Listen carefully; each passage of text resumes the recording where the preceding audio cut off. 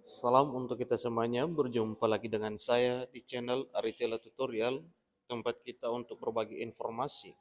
seputar informasi pendidikan dan informasi guru,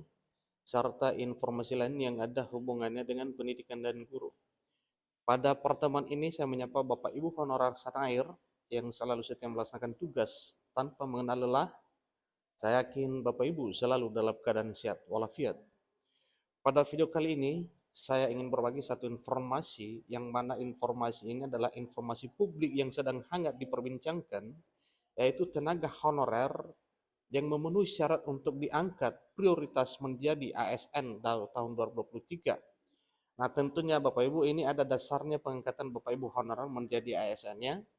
Nah, pada pertemuan kali ini, pada video ini, ada satu hal yang kita bahas, yaitu tentang daftar honorer tenaga teknis yang menjadi prioritas pengangkatan menjadi ASN, dalam hal ini menjadi pegawai negeri sipil, tanpa tes sesuai dengan RUU Aparatur Sipil Negara atau RUASN yang baru, jika telah disahkan menjadi undang-undang. Nah, Bapak Ibu, simak videonya, jangan ketinggalan informasi, dan bagi Bapak Ibu yang sedang menonton, demikian dengan Bapak Ibu yang mungkin baru menemukan video melalui channel ini, dukung dengan cara like dan subscribe serta komen, serta nyalakan tombol notifikasinya, supaya semua informasi yang disalurkan melalui channel ini selalu tampil di layar Bapak Ibu. Tanpa basa-basi lagi, langsung pada informasinya. Nah, di sini banyak pertanyaan-pertanyaan melalui channel ini, melalui kolom komentar, kira-kira jabatan apa saja honorer tenaga teknis yang akan diangkat menjadi ASN berdasarkan RUU ASN yang baru. Nah, di sini ada satu informasi Bapak Ibu, informasi yang dapat dipercaya tentang rekap atau jabatan honorer non ASN khususnya tenaga teknis yang bisa diangkat menjadi ASN tanpa tes. Nah, di sini dibuat judulnya selamat, honorer tenaga teknis berikut ini masuk daftar prioritas diangkat langsung jadi PNS menurut RUU ASN. Bapak Ibu ikuti terus informasinya. Tenaga honorer dan pegawai non-PNS di instansi pemerintah yang akan diangkat menjadi pegawai negeri sipil menurut RUU ASN, sebelumnya diketahui bahwa tenaga honorer yang bekerja di bidang administrasi dan tenaga teknis disebut dalam prioritas honorer yang akan diangkat langsung menjadi pegawai negeri sipil. Namun hal ini dapat ditemukan di naskah RUU ASN pada pasal 131A yang menyinggung nasib tenaga honorer dan pegawai non-PNS lain seperti pegawai tidak tetap, pegawai tetap non-PNS, dan tenaga kontrak. Pasal tersebut mengatur pengangkatan PNS bagi tenaga honorer dan pegawai non-PNS lainnya yang bekerja terus-menerus dan diangkat berdasarkan SK pengangkatan sampai dengan tanggal 15 Januari 2014. Nah, pertanyaan, apakah yang diangkat pada tahun 2013, 2012, 2011, 2010, dan seterusnya itu ke bawah, ke atasnya,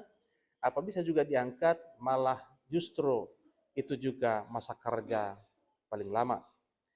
Tenaga honorer dan pegawai non-ASN yang memenuhi kriteria tersebut menurut RUU ASN wajib diangkat menjadi PNS secara langsung tanpa melalui seleksi tes.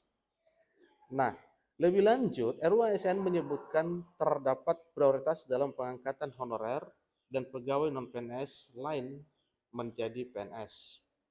Honorer dan pegawai non-PNS yang menjadi prioritas adalah yang memiliki masa kerja paling lama serta bekerja di bidang administrasi, fungsional, dan pelayanan publik. Nah, di sini Bapak Ibu diurai jabatan honorer tenaga teknis yang bisa diangkat menjadi prioritas ASN. Pertama, penyusun program evaluasi dan laporan, kemudian penata laporan keuangan, verifikator keuangan, pengadministrasian keuangan, peranata komputer, yang seterusnya operator komputer, arsiparis, pengadministrasi umum, analis kebutuhan prasarana perkantoran, analis kebutuhan sarana perkantoran, teknisi bangunan, teknisi listrik, caraka, sopir, penjaga malam, dan penjaga sekolah, kemudian penyapu jalan, pramukantor, pramusaji, penata usaha sekolah, perencana, penilai pajak bumi dan bangunan, analis potensi pendapatan daerah, analis kepegawaian, analis kebutuhan diklat, pemberi konsultasi pegawai psikolog, merancang peraturan perundang-undangan, penyusun abstraksi hukum, pemberi konsultasi dan bantuan hukum, analis hukum atau analis perundang-undangan, peranata humas, desain grafis, kemudian penyusun informasi dan publikasi, sandiman, operator transmisi sandi, penerjemah, analis jabatan, analis organisasi, penyusun sistem dan prosedur kerja, statistik,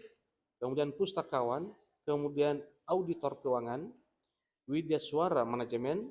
penyelenggara pelatihan, penyusunan kurikulum diklat, peneliti sosial ekonomi pertanian, perekayasa teknik mesin, kemudian dilanjutkan dengan teknik pengairan, teknik jalan dan jembatan, teknik penyehatan lingkungan, teknik tata bangunan dan perumahan, penata ruang, pengawas tata pertamanan, pengendali organisme pengganggu tanaman, pengamat hama penyakit, kemudian pengawas benih tanaman, seterusnya pemandu lapang perkebunan, penyelia mitra tani, kemudian medik veteriner, paramedik veteriner, inseminator, pengawas mutu pakan, pengawas mutu hasil pertanian, seterusnya adalah pengawas bibit ternak, pembimbing terapan teknologi tepat guna pertanian, pengolahan hasil pertanian, pengolah hasil peternakan, pengendali hama dan penyakit ikan, pengawas benih ikan, tenaga enumerator perikanan, pengawas perikanan, analis potensi kelautan dan perikanan, pembimbing terapan teknologi, dan seterusnya lagi adalah pengolahan hasil perikanan, pengawas ketenagakerjaan, perantara hubungan industrial, mediator, pengantar kerja, disusul instruktur otomotif, penggerak swadaya masyarakat, pembimbing terapan teknologi tepat guna, penguji mutu barang, kemudian penerang, kemudian penyelidik bumi, seterusnya inspektur ketenaga listrikan, inspektur tambang, inspektur minyak dan gas, analis potensi pertambangan, kemudian pengendali dampak lingkungan, pekerja sosial, tenaga kesejahteraan sosial kecamatan, kemudian tagana, kemudian jagawana, seterusnya polisi kehutanan, kemudian petugas lapangan gerakan rehabilitasi hutan, pengendali ekosistem hutan, pengamat meteorologi geofisika, pengawas keselamatan pelayaran, diteruskan lagi dengan pengendali frekuensi radio, penguji kendaraan bermotor, pengawas sistem transportasi darat, perhubungan dan transportasi, kemudian nahkoda, diteruskan lagi anak buah kapal, kemudian kepala kamar mesin, pamong belajar, pengembang teknologi pendidikan, pamong budaya, analis potensi wisata, penyusun bahan promosi dan publikasi pariwisata, pemandu wisata, analis tata praja, bantuan polisi pamong praja dan perlindungan masyarakat, pengamanan dalam analis kependudukan serta tenaga teknis administrasi lainnya. Nah, di sini Bapak Ibu ada bantuan polisi pamong praja dan perlindungan masyarakat, berarti kemungkinan ya Satpol akan jadi juga prioritas pengangkatan yang terlingkup dalam honorer tenaga teknis. Nah, demikian informasinya Bapak Ibu tentang susunan atau daftar jabatan honorer non-ASN khususnya tenaga teknis yang masuk dalam RUU ASN akan diprioritaskan pengangkatan menjadi ASN dengan catatan RUU ASN sah menjadi Undang-Undang ASN. Demikian informasinya, kurang lebih dalam penjelasan mau dimaklumi. Sampai ketemu pada video berikutnya. Terima kasih.